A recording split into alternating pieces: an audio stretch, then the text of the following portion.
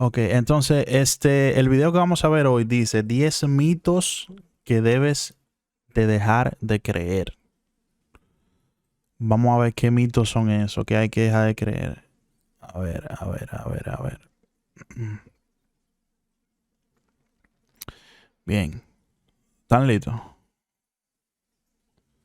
Vamos a comenzar de una vez, vamos a meter mano. ¿Quieres saber cuáles son? Quédate y descubre 10 mitos que debes dejar de creer. Ok. Número 10. Para sorpresa de muchos, el jabón en barra realmente no mata los gérmenes. Lo que hace es fungir como una película resbalosa en donde quedarán atrapados para después enjuagarlos con agua, algo así como un tobogán para bacterias.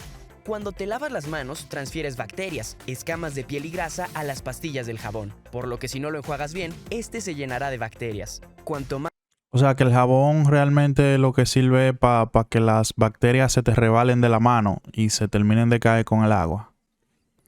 Mira, yo pensaba que bueno, aunque el jabón no es como alcohol ni nada de eso, pero yo pensé que el jabón sí mataba bacterias.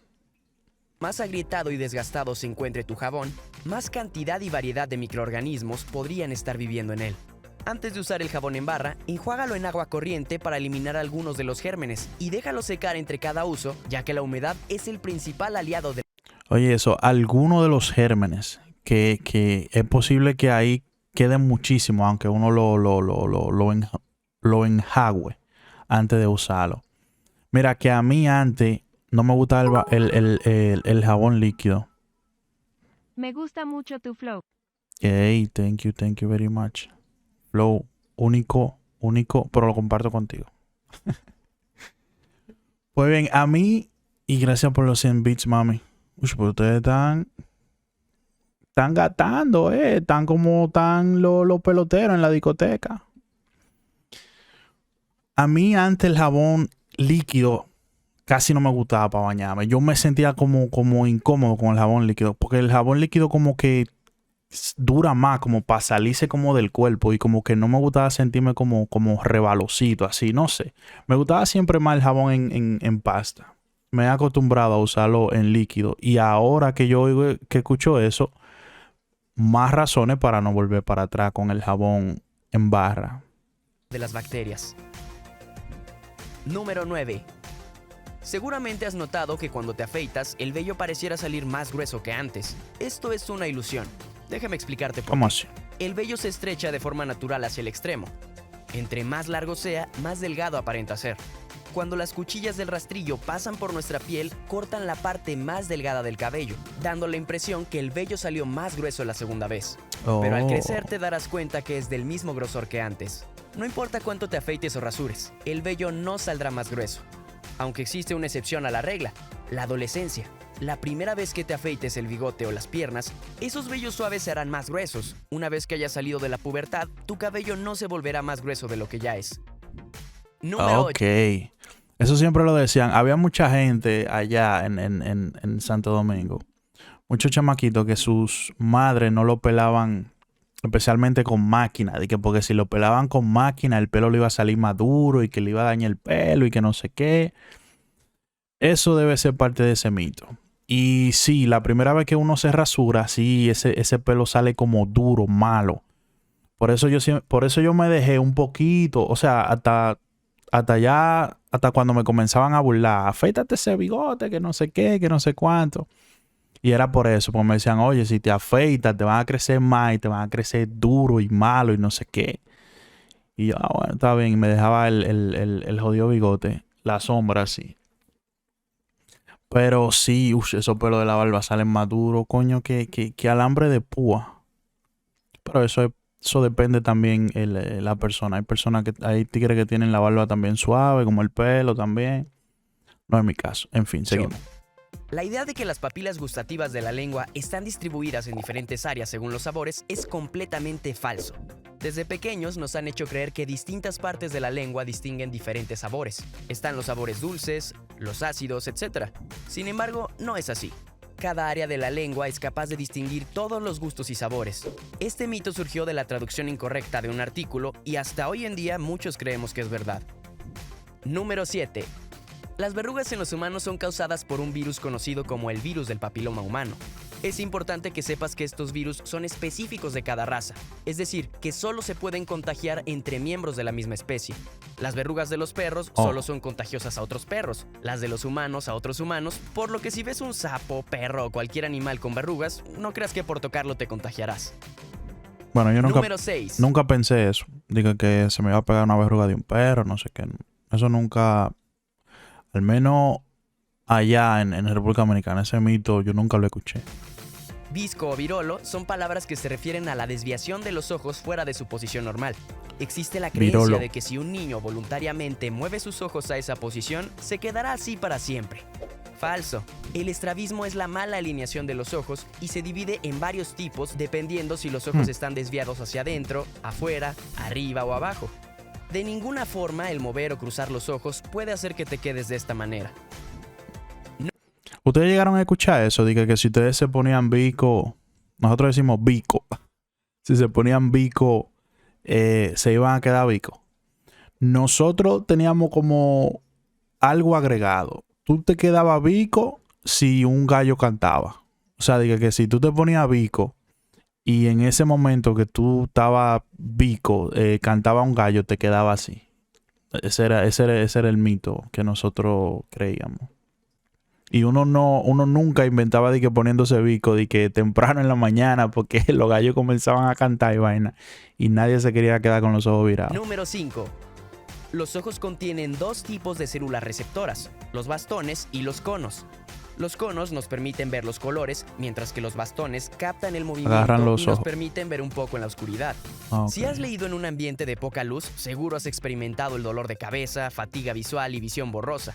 Al leer en la oscuridad, forzamos a los bastones a trabajar hasta el triple de lo que harían en un ambiente iluminado. A esto hay que sumar que mientras lees, tus ojos parpadean menos, por lo que además de todo se resecan.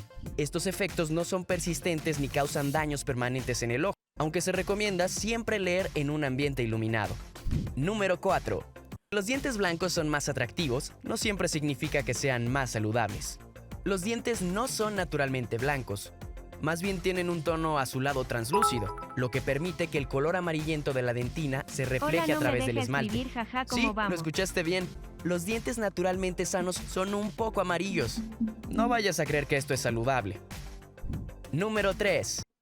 Eso sí yo lo sabía, que supuestamente los dientes que están más saludables son como un poquito amarillo. O nosotros decimos como color hueso.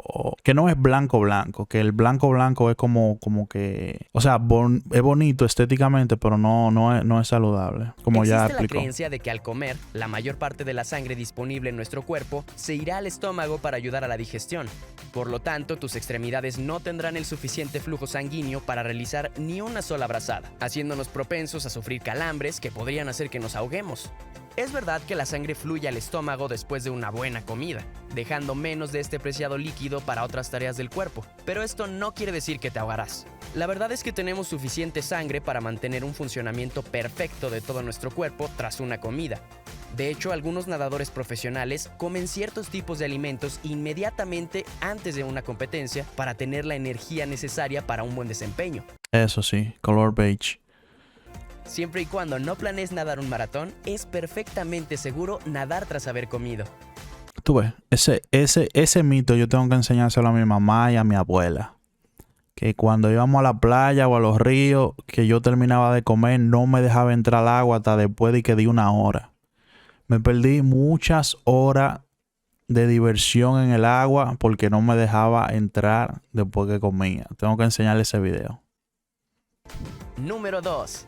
Los hornos de microondas no causan cáncer ni tampoco hacen que los alimentos sean radioactivos. Existen límites estrictos sobre la cantidad de radiación que puede filtrar un microondas. Esta cifra está muy por debajo de la cantidad que puede afectar a los humanos. Los microondas liberan cierta radiación, pero antes de entrar en pánico, es importante poner las cosas en perspectiva. La computadora, los teléfonos, el Wi-Fi también emiten radiación electromagnética, por lo que el microondas es el menor de tus problemas. Eso sí también me lo decían mucho, que el microondas da cáncer, que no sé qué, que no sé cuánto, que cuando uno calienta en el microondas tiene que al menos poner una tapita o mínimo servilleta o algo, porque la radiación, la vaina que da cáncer, que no sé qué. Bueno, ellos dicen que eso es un mito, que eso no tiene nada que ver. Y es cierto, si hay una cosa que más radiación da y más daño hace es el celular.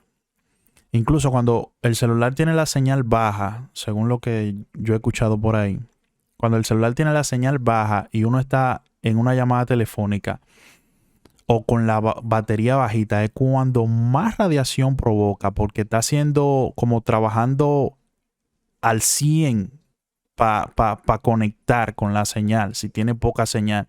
Y si tiene la batería bajita también, está en una llamada. Eso es súper, súper peligroso. Ese nivel de radiación, obviamente no te va a matar y que en 2 o 3 días, en 2 o 3 años, pero sí va haciendo daño.